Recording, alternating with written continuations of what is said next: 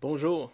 Après une semaine de repos, une semaine de sabbat après la semaine de Pâques, me voici de retour et avec une réflexion au sujet du texte du lectionnaire cette semaine du livre des Actes des Apôtres.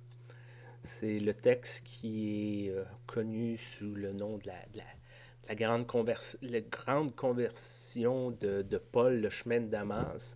Souvent, on entend cette expression-là, c'est passé dans le vocabulaire courant que cette personne-là a connu son chemin de Damas, puis on parle de quelqu'un qui a changé radicalement de tout en tout son point de vue ou de son approche, ou peu importe.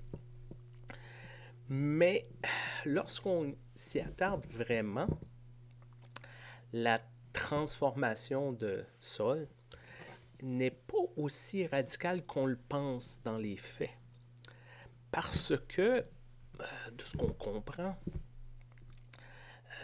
cet homme-là est un pharisien, un juif, et a une expérience mystique et se joint au groupe des disciples de Jésus qui, à cette époque, était une autre secte juive.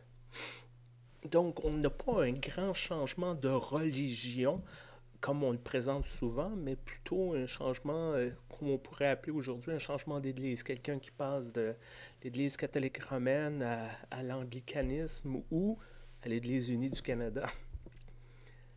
Mais peut-être la transformation plus profonde de, de cet homme-là, c'est sa vision de la religion. Parce que Saul, c'est quelqu'un qui persécute, persécute les disciples de Jésus. Exactement pourquoi, on n'est pas tout à fait sûr, mais ce qu'on comprend, c'est que les pharisiens, c'est un groupe qui prend de plus en plus d'importance et qui, peut-être comme on voit trop souvent de nos jours encore, essaye d'imposer sa vision de ce qu'est l'Église.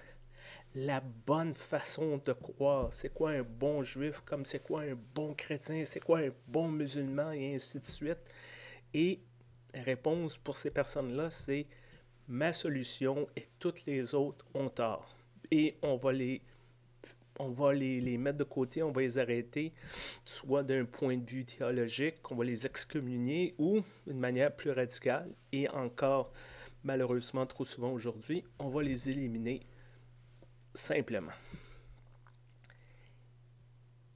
Et après cette expérience-là, sur le chemin de Damas, ben, cette personne-là adopte un nouveau mode de vie, une nouvelle philosophie, une nouvelle vision, un nouveau nom.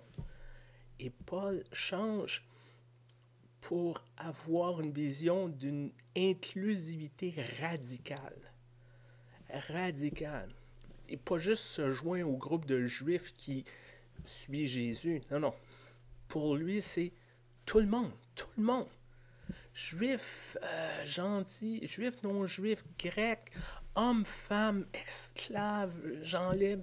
C'est plus important. C'est plus important. Toutes ces distinctions-là ne sont plus importantes.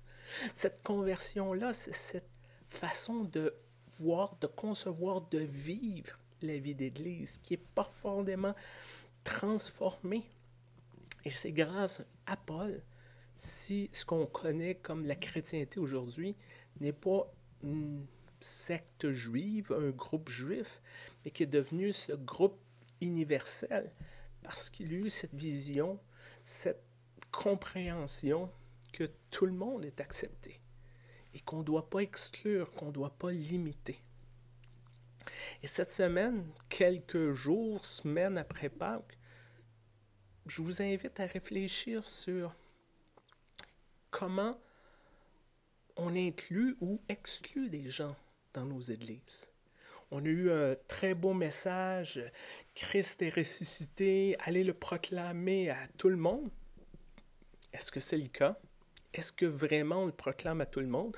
Est-ce qu'on est prêt à accepter aussi la différence dans cette proclamation-là? Est-ce qu'on proclame que Christ est ressuscité et vous devez croire et agir exactement comme moi parce que moi j'ai raison? Ou bien de dire, ben écoutez, il faut le proclamer à tout le monde. Et ça veut dire que tout le monde a le droit de parler, tout le monde a le droit d'exister.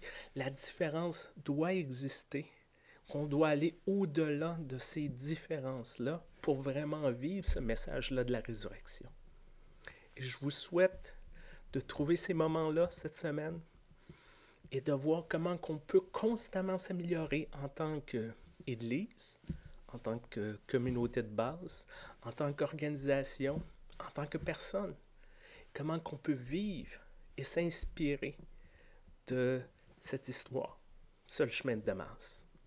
Portez-vous bien et à très bientôt.